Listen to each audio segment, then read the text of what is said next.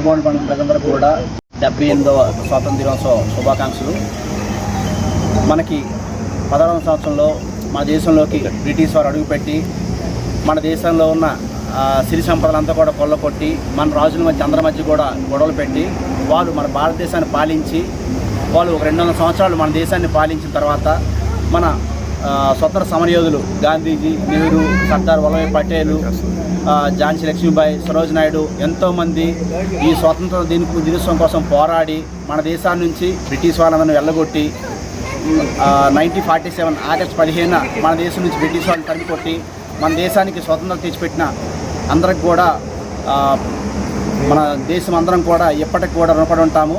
So మనకింత కష్టపడి మన దేశానికి రాజ్యాంగం ఇచ్చి అదేవిధంగా మన దేశంలో స్వతంత్రం వచ్చిన తర్వాత డాక్టర్ బిఆర్ అంబేద్కర్ గారు మనకి ఒక రాజ్యాంగం నిర్మించడం జరిగింది.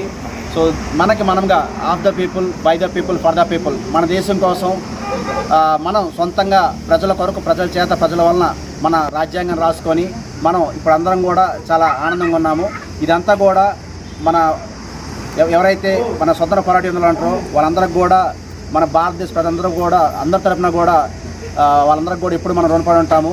సో వారు ఎంత కష్టపడి తీసుకొచ్చిన ఈ స్వతంత్రాన్ని, మన దేశాన్ని స్వతంత్రాన్ని మనందరం కూడా వారందరినీ గౌరవించుకొని, మన దేశాన్ని గౌరవించుకొని అందరూ కూడా నెక్స్ట్ వచ్చే జనరేషన్ కూడా వారి యొక్క గొప్పతనాన్ని తెలియజేస్తూ ఇలాంటి స్వతంత్ర వేడుకలు ఇంకెన్నో జరుపుకోవాలని మనసారి కోరుకున్నాం. Thank you.